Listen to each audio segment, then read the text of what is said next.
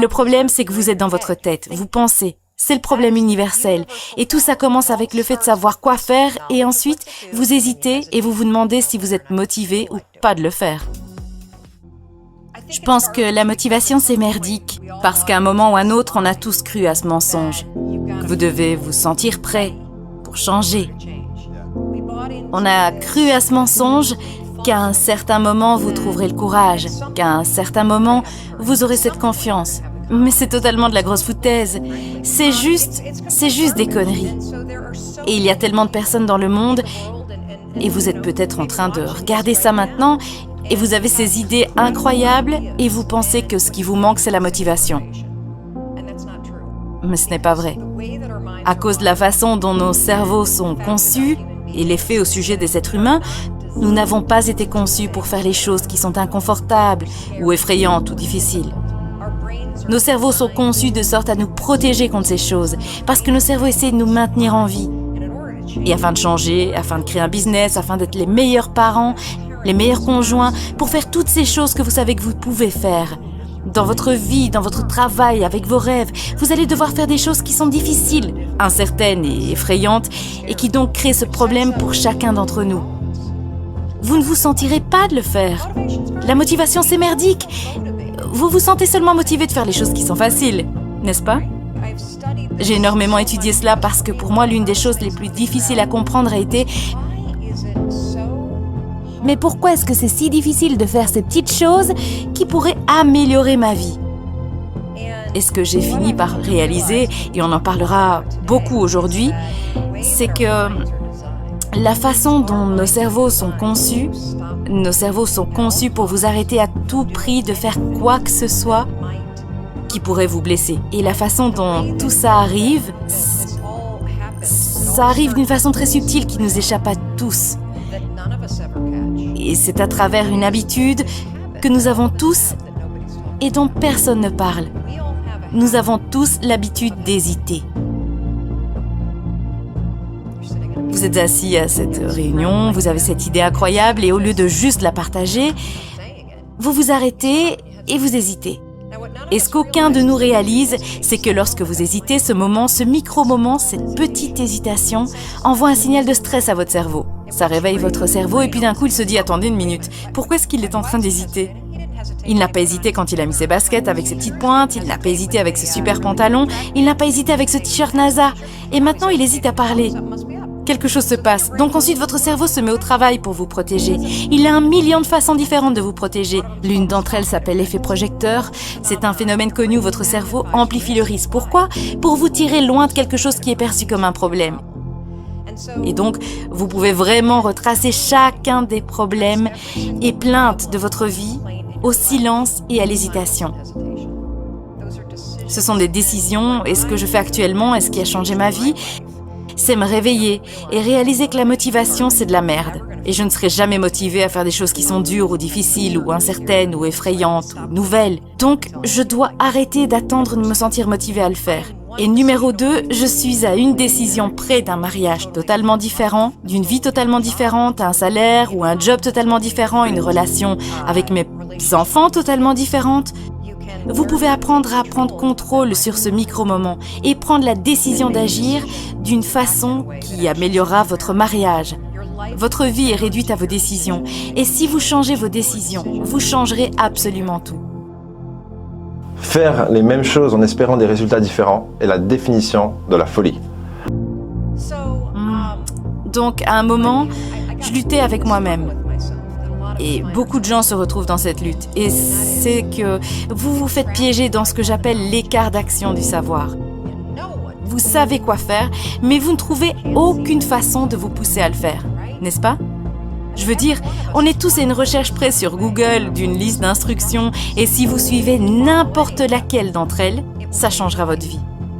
Mais comment est-ce que vous sortez de votre tête et arrêtez de penser à ce que vous devez faire et commencez à le faire? Dans mon cas, c'était plutôt facile. Lève-toi à l'heure, fais le déjeuner des enfants, amène-les au bus, commence à chercher un job, sois plus gentil avec Chris. Ne bois pas autant. Au lieu de t'isoler, prends le téléphone et appelle un ami. Sors de chez toi et va te promener dans la forêt. Recommence à courir. Toutes ces petites choses dont j'étais capable, mais je n'arrivais pas à sortir d'ici. Je n'arrivais pas à sortir d'ici. Et si vous êtes bloqué, c'est ça le problème. Le problème, c'est que vous êtes dans votre tête. Vous pensez. C'est le problème universel. Et tout ça commence avec le fait de savoir quoi faire et ensuite, vous hésitez et vous vous demandez si vous êtes motivé ou pas de le faire. Est-ce que vous avez déjà eu une de ces nuits, probablement avant de commencer votre société, quand vous allez au lit et vous êtes là, Tom, ça y est. Demain, ce sera le nouveau moi. Demain, je vais me lever à l'heure, je vais aller à la salle de sport, je vais aller chercher un travail, je ne vais pas boire autant, ça va être incroyable. Le nouveau moi, le moi futur. Wouh, c'est parti! Ensuite, vous allez au lit et vous vous réveillez 7 heures plus tard et vous êtes... Je me sens pas comme le nouveau moi. Vous êtes là, c'est l'idée la plus débile. Vous voyez, la motivation, c'est de la merde. Il n'y en a jamais quand vous en avez besoin. J'étais sur le point d'éteindre la télé et là, à la télé, il y avait le lancement d'une fusée. Et je me suis dit, oh mon Dieu, mais c'est ça? Je vais me lancer hors du lit, comme une fusée, comme la NASA, juste ici. Et me lancer hors de ce lit, et je vais le faire tellement rapidement que je n'aurai pas le temps d'y penser. Je vais battre mon cerveau.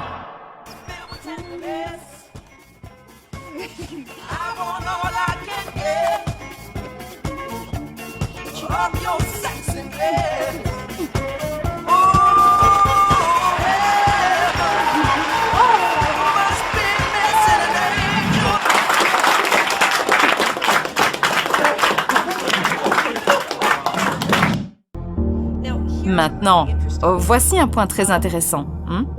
Je parle beaucoup de votre instinct et de votre sagesse intérieure, et nous pouvons peut-être en parler un peu plus tard, bien sûr, mais beaucoup de gens parlent du fait d'avoir cet instinct. Mais toutes ces recherches que j'ai faites pour le livre et tous les séminaires que je fais, ce que j'ai découvert et qui est fascinant, c'est qu'en fait, lorsque vous vous fixez des objectifs, quand vous avez votre intention sur quelque chose que vous voulez changer de vous dans votre vie, votre cerveau vous aide. Ce qui se passe, c'est qu'il ouvre une checklist et ensuite, votre cerveau se met au travail pour essayer de vous rappeler de cette intention que vous avez eue. Et c'est vraiment important de développer la compétence, et j'ai choisi ce mot exprès. La compétence de savoir entendre cette voix intérieure et cette intention arriver, et s'y mettre rapidement. Donc pour moi, mon cerveau me dit ça, c'est ça, juste ici, vas-y aussi vite qu'une fusée, Mel. Je voulais changer ma vie. Et je pense que la plupart des gens qui sont misérables ou qui veulent désespérément devenir géniaux et avoir plus, nous voulons changer. Nous voulons avoir une meilleure vie, nous voulons créer plus pour notre famille, nous voulons être plus heureux. Le désir, il est là. Mais encore, il faut savoir comment aller du savoir à l'action. Donc la première chose dans cette histoire qui est vraiment importante, c'était de réaliser que la réponse était en moi. Et mon cerveau me disait d'être attentif. Le matin qui a suivi, mon réveil sonne, j'ai prétendu que la NASA était là.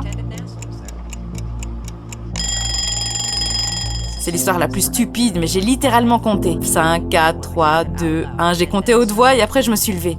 Et je n'oublierai jamais être là, debout dans ma chambre à coucher. Il faisait froid, il faisait sombre, c'était un hiver à Boston. Et pour la première fois, en 3 mois, j'avais battu mon habitude d'appuyer sur le bouton snooze. Je n'arrivais pas à croire que j'étais là, mais attends une minute. Compter à l'envers, c'est la chose la plus stupide que j'ai entendue de ma vie. Le matin suivant, j'ai essayé, ça a fonctionné.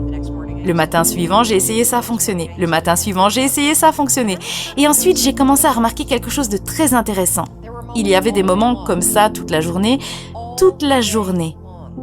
Exactement comme ce moment de 5 secondes dans mon lit, où je savais ce que je devais faire et que si je ne commençais pas dans les 5 secondes, mon cerveau allait intervenir et me dissuader de le faire.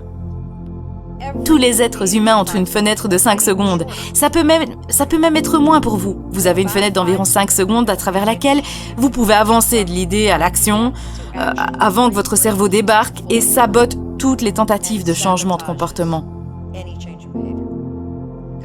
Parce que rappelez-vous, votre cerveau est conçu pour vous empêcher de faire ces choses qui sont inconfortables ou incertaines ou effrayantes. C'est votre job d'avancer dans ces idées qui peuvent tout changer à l'action. Nous avons Internet. Nous pouvons littéralement apprendre et lancer et faire tout ce que nous voulons. N'importe quoi. Les seules choses qui vous bloquent vraiment, ce sont vos modèles de pensée limitantes. Le doute de soi, la peur, les habitudes que vous avez, et vous pouvez vraiment les détruire à coup de 5 secondes. Peu importe les challenges qui seront lancés sur votre chemin, continuez d'avancer.